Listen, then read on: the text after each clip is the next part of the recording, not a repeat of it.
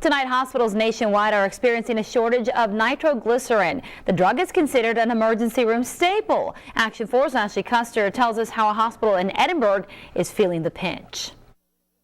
This drug is considered to be a lifesaver. It's a critical drug that we need to have in the hospital. It is a drug that is a standard of care. This is the drug that we use for somebody coming in with a heart attack. This is a drug we use for open heart. It helps open up the vessels and increase blood flowing to the heart.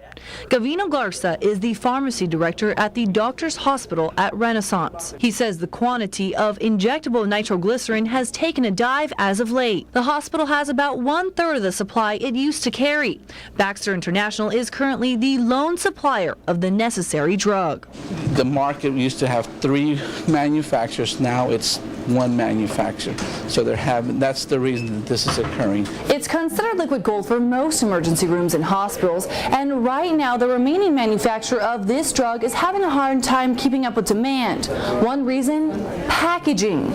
Garza says the drug must be placed in glass bottles, and while there may be enough nitroglycerin to go around, the company is struggling to obtain mass quantities of packaging components like bottles and stoppers. While Baxter International is trying to distribute the necessary drug equally amongst hospitals nationwide, Garza says the shortage is a concern, but not a reason to cause alarm. We try to use more due diligence to make sure that the product is appropriately discontinued when we can, and try to keep the nitroglycerin that we use for the emergency room, keep it for the emergency rooms. It's why the hospital is also making use of alternatives, such as tablets or patches. The hospital says it's readily able to treat patients as it still has injectable nitroglycerin on hand.